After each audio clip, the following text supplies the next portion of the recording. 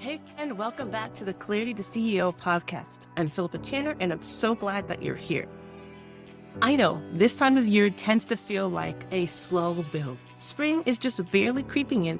You're getting through Q2 and maybe your marketing isn't hitting like you hope, but it's never too late to get clear and refocus. And this month's series is going to help you do just that. But before we dive in, I want to personally invite you to something that I host every month called the Strategic Marketing Canvas Workshop. This is a live 4-hour virtual session for women entrepreneurs who are tired of scared of marketing and want clear direction. So during the session, we're going to be focusing on decision-making, not content tactics. You're going to learn how to sharpen your message, lock your focus, and leave with a clear 90-day direction for your marketing. If that sounds like what you need, grab a free pass in the link in the show notes. I'd love to see you there. All right, let's get into today's topic, and that's how to build a profile of your ideal client. We've all heard it before, know your audience. But what does that actually mean when you're running a service-based business with limited time and growing a list of offers? It's more than a demographic list. It's a psychographic profile, a deep understanding of your ideal client's goals, their pain points, objections, values, and their priorities. When you get this right, your content, your offers, and even your pricing decisions start to click into place.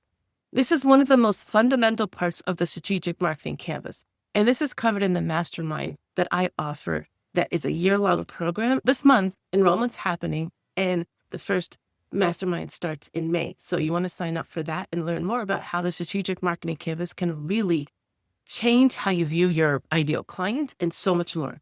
Now let's walk through the core elements of an ideal client profile. First off, what problems are they trying to solve? You want to start here, not with who they are or even what they want, but what's keeping them stuck. This could be a tactical problem like I don't have time to post content consistently. Maybe it's a mindset challenge like I'm afraid to show up on video, or maybe it's a growth block like I've hit a revenue ceiling and I'm not sure what to change. These, depending on your industry and who you're serving, you can get an idea of what a tactical mindset and a growth block problems could look like for your clients. So you want to ask yourself, what's the moment in their day or their journey of going through that problem that finally pushes them to push and finally go to Google and search for your services?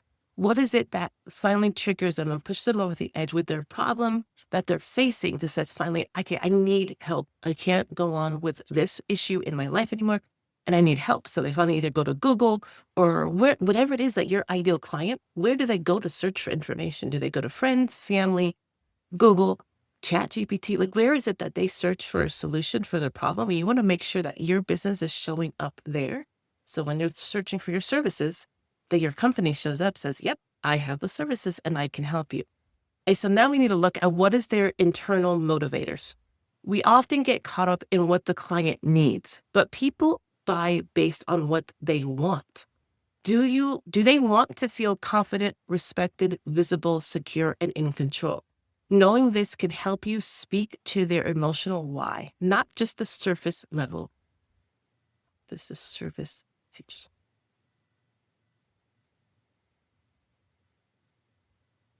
Not just the features that your service is, fixing. So you really want to look at, what is that internal motivation? Not the external thing that really is happening that's bringing them there, but their way of interpreting what's happening and how it's making them feel to say, okay, great, this is what they need to tap into.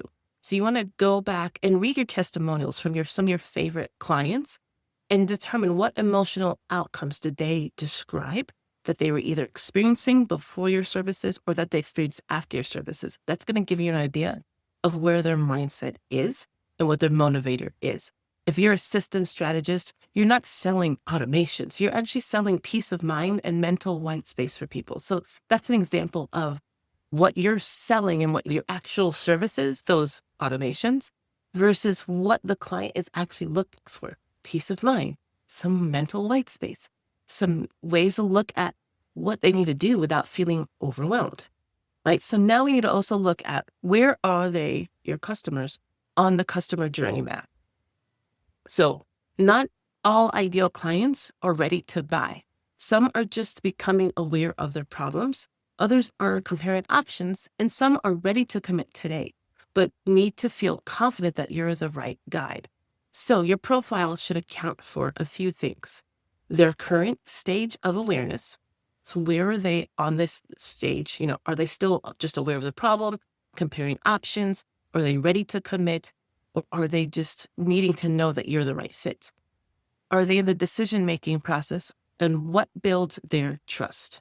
I do dig deep into this in the book that I'm writing, When Clarity Leads, and it's a piece most entrepreneurs skip. So don't try to build a customer or client profile assuming that every lead is a lead.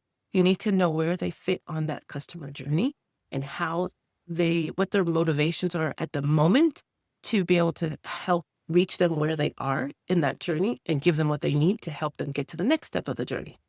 And so next thing you want to do is figure out what is it that's holding them back from saying yes.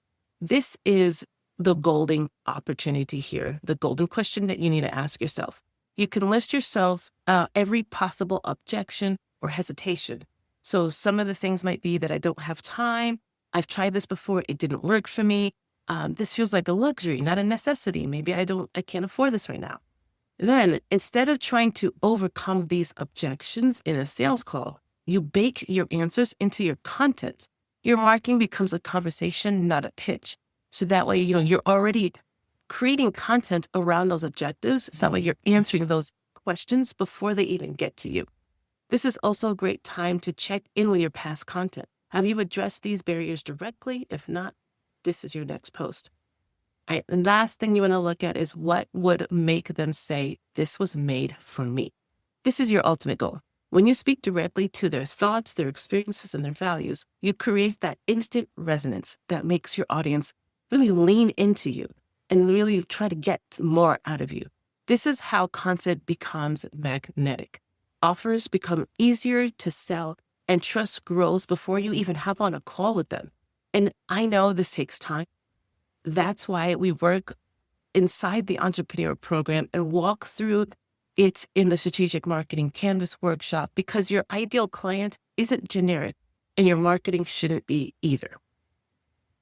All right, so let's be real. It's the easiest way to waste energy in your business is to market to the wrong people, or worse, to everyone.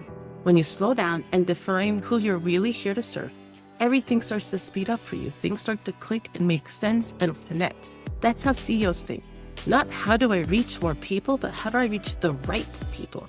You don't need a new viral video. You need alignment. And when you're ready to dig deeper, you want to check out the book. It comes out When Clarity Leads, or come join me in the next live workshop. Both will move you forward and faster, helping you get to that next step. All right, guys, if today's episode resonated with you and you want help applying this kind of thinking to your own business, join me for the next Strategic Marketing Canvas workshop. There's one happening this month on April 20th. It's free, live, and linked in the description. Until next time, keep leading with clarity and keep shining.